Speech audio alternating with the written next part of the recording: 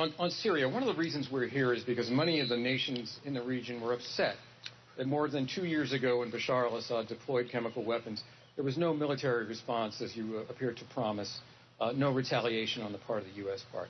Now there's a possibility that Assad has once again used chemical weapons. What did you tell these leaders here who were disappointed last time, and will you use a military response if it's confirmed that he used chemical weapons again, once again deployed them? And if I could ask a domestic question as well. Well, first of all, Michael, I don't know why you're here, but the reason I'm here is not because of what happened in Syria a couple of years ago. The reason I'm here is because we've got extraordinary challenges throughout the region, not just in Syria, but in Iraq, in Yemen, in Libya, and obviously the development of ISIL, and our interest in making sure that we don't have a nuclear weapon in Iran.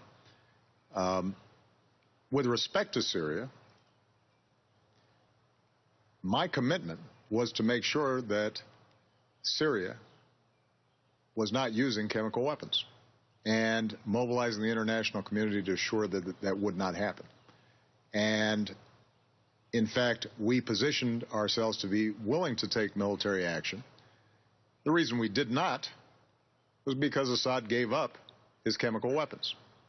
And that's not speculation on our part. That, in fact, has been confirmed by the organization internationally that is charged with eliminating chemical weapons.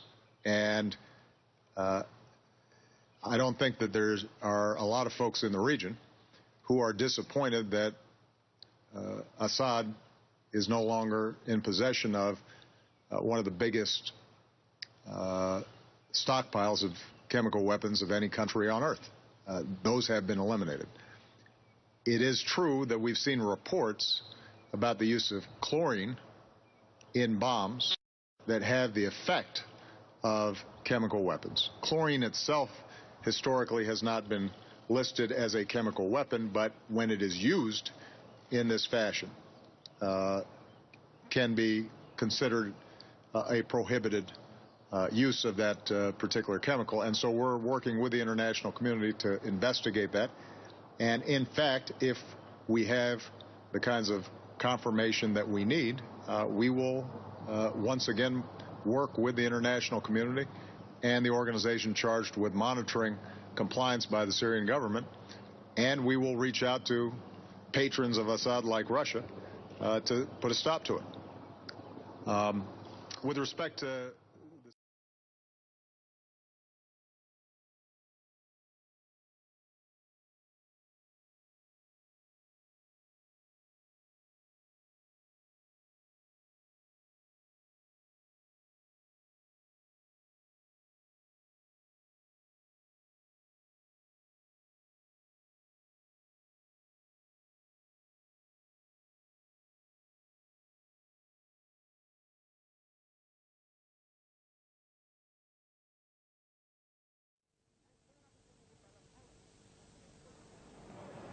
At the end of 1914, Harbour approached the military. He promised them chlorine gas would bring rapid victory. Germany was the only country that could produce it in the vast quantities required. But the High Command was not convinced. Harbour the Patriot was unmoved. He showed that if the wind blew in the right direction, gas from the cylinders would blow towards enemy lines, killing or maiming all in its path. The war dragged on. As more and more Germans were caught up, the generals set their scruples aside. Early in 1915, they decided to use Harbour's new weapon. Assigned a military rank, Harbour helped the High Command supervise the gas corps. At Ypres, on April the 22nd, 1915, they opened the valves, releasing a cloud of chlorine 5 feet high.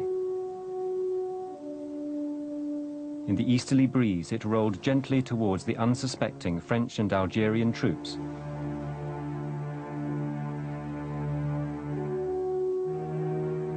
Viele haben es beschrieben, als dass ihnen das Leben Stück für Stück richtig aus dem Leib herausgequetscht worden wäre, dass sie kurz vorm Ersticken waren. Sie konnten ja keine Luft holen, die meisten hat ja die Lunge betroffen. Und das sprach sich natürlich rum, dass also die Gase solche Wirkung haben können, und das löste Panik aus. There were 10,000 casualties. Terrified soldiers died where they fell as the cloud enveloped them. Corpses lay scattered along the trenches. Everything in the cloud's path turned green. Bayonets, watches, even human skin. War had changed forever. There have been lots of dead in wars before, no doubt greater numbers than that, but as suddenly as that, and from one operation, this was the great change of chemical warfare. This showed what science, if mobilized to war, could actually do. The trend was set.